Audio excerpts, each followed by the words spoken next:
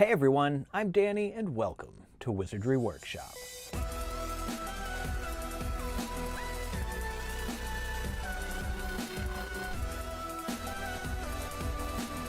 In today's video, we are making memory vials. These are the little vials Dumbledore kept in his office where he stored all of his memories, and if you pour the liquid into the pensieve, you can relive those memories or at least watch them.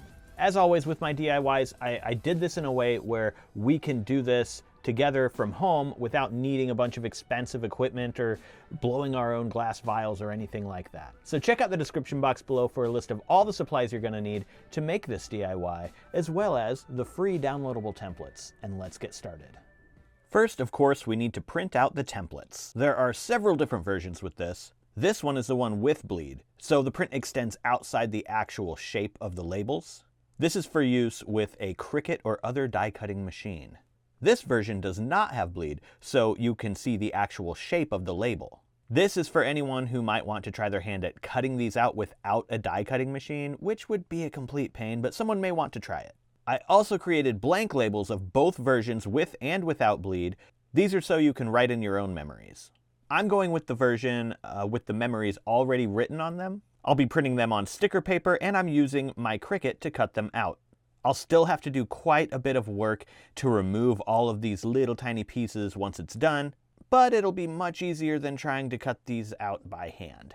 But before we actually get into the tediousness of these labels, we are going to make the bottle first because we need the bottle before the label. The label goes on last. So on my quest to make the memory vial, I found these tall potion bottles. And you know, if you wanted to just do this the easy way, you could just fill this with the liquid we're about to make, slap a label on it, put some twine around the top, and you're done. But I really wanted to make this look like what you see in the movie prop. So we're gonna take the cork off. We're not gonna use the cork at all. Now I also found these little teardrop bottles, and it's a little charm for a necklace. But we can take the cork off of that as well. And if you put these together, it has sort of that shape that the stopper has for the memory vial. It looks a lot like that. And so I thought this is perfect, but it's a little too small. It kind of goes in the bottle. Also, the bottom is supposed to have a kind of like a little fancy sort of base that it stands on. And it almost looks like the top of this. So I just flipped it over and thought, that's almost like the base of it. Not perfect, but close. And this, if I can attach it to the top, that is almost the shape of the memory vial. So this is kind of what we're gonna do. And then the only challenge left is the bottom. How are we gonna keep the liquid in there and have it sitting up on the table upside down? The easiest, most accessible thing we could use is probably one of these little glass beads. It's a flattened glass bead. It's flat on one side, kind of curved on the top, and it's round. You can get these at craft shops, and I think they sell them at pet stores too, because I'm pretty sure these types of things can go in like fish tanks and stuff. If we are able to attach this to the bottom, it stops the liquid from coming out, and it's like a little base for it to stand on since it's flat on one side. So that is basically pretty close to the shape of the memory vials, and it comes together a lot easier and faster than you might think. Before we actually put the bottle completely together though, we're gonna make the liquid to go inside. Because after we assemble the bottle, that liquid is not gonna come out unless you break the bottle. It literally, you will not be able to get in there. I need a container to mix my liquid in. I like to use something with a lid so that I can shake it up to mix it. I also have a stirrer, you know, so I have options there, I guess. And we're just gonna put some water in here. I'm gonna fill it up about halfway because if I use too much of my blue food coloring, I can add more water to sort of dilute that color. And I just need the smallest amount of blue food coloring. I'm going to actually drip some into the lid here, just one drop. Now we can use a toothpick for this, but I couldn't find my toothpicks, so I have this twist tie. Oops, I'm splashing it on me already. So we're using this to just transfer small amounts of the blue, just a little bit, into the water.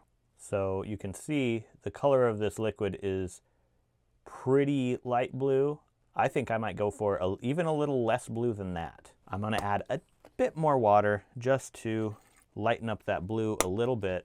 I don't know if you can tell the difference, but it is just a little bit lighter. Next, we're going to need some mica powder or luster powder. I got this on Amazon. It is edible luster dust, although I don't really recommend eating it.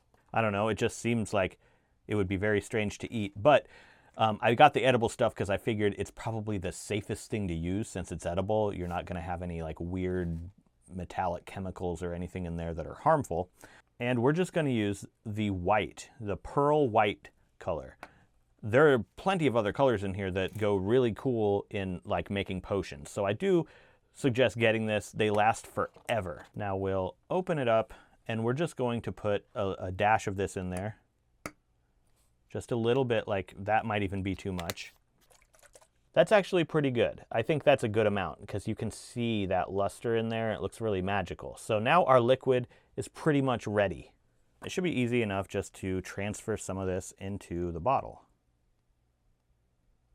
And if you're making multiples of these, you might want to make a lot of this just so that, you know, all of them are about the same color and the same amount of luster. So now I've got my vial and I've got my little glass bead, and this is how we're going to attach it together. We will be using Bondic. This is going to be perfect for this task, and I mean, it's perfect for a lot of stuff. So if you don't have Bondic, I'm leaving a link to this in the description box. So here's the idea. We're just going to take the Bondic and we're going to squeeze it onto the rim of this bottle. And now it's really a matter of like putting the gem or the glass bead on the bottom there. And don't worry, the Bondic is going to stay sort of like a honey type thickness, and it's not going to dry. It doesn't dry at all. We use the UV light to actually cause it to harden. It is actually like a liquid resin that will cure in UV light. You also want to get down and make sure that it is straight. You want this to be pretty perfect, because if it's not, your bottle will sit crooked. We'll turn on that UV light and start hitting it. And as soon as we do this, it's starting to harden already. This should only take a few seconds, less than a minute. We're just going to kind of turn the bottle. I actually have my own UV flashlight as well, and I'm just gonna hit it a little bit more just for safe measure. And now you can see that glass bead is not going anywhere. And if we flip it and set it up, there we go. We have a memory vial with a base on it. Now we can bring out our little teardrop, and we're going to attach that in the same way, right on top in the center of this. This time we'll take the Bondic and we're going to put it on the rim of the teardrop bottle. This one's a lot easier because you don't have to worry about things being crooked. It's just going to sit straight up on there. The only thing you have to do is make sure that it is centered. And as soon as that UV light hits it, it is starting to harden already. So you don't have to worry. And now we have a little memory vial right here that can just, you know, sit up and look pretty on your shelf. You can see how quickly that came together, and it looks pretty good. It looks, you know, it's really good for just putting it together in less than 10 minutes, if you ask me. Now we can set that memory vial aside and get into the tedious work of cutting out our label. I've decided to use the one that says Snape number 37 because I think that's a pretty iconic memory to put on the vial. And I've got my Cricut tools here. This process I hate. It's called weeding, I believe, which is pretty fitting because it sucks. But what it is we're just going to literally weed out the pieces we don't want. So I'm going to use my tools to get this started. Just find a nice corner to start peeling this up. And you can see it starting to come off from the page there. And then we get into the part that really sucks. We're going to pop out the little holes, the little pieces that we don't want. You can see all those little holes there that I've started, and we're just going to take those little pieces off. This is a really good showcase of the tediousness. That tiny little piece I had to remove. So there's a bunch of them. It might take me about 15 minutes to do this one. So let's go ahead and skip forward. I'll tell you how long it takes. 12 hours later, no, it's probably about 20 minutes, I think, but it felt like an eternity. But in the end, it's worth it, because now all we have to do is take our label and position it as straight as we can on this little bottle, and we end with a little memory vial. Not in this video, not right now. I do plan on doing a few more of these for my shelf. Real quick, I just wanted to note, though, that there are some other little charm vials you can get, different sizes and shapes, and I think that would be cool to have, like, you know, one with a circle, one with the teardrop. I also have this flat one right here, which could be cool. Even a little square one like this could be cool, you know, depending on, you know, what your taste is. But I will be making more of these really cool, fairly quick memory vials. All in all, the bottle probably took me a total of 10 minutes, and then the label, like I said, took me about 15 to 20 minutes. So in about a half hour, you can have one bottle.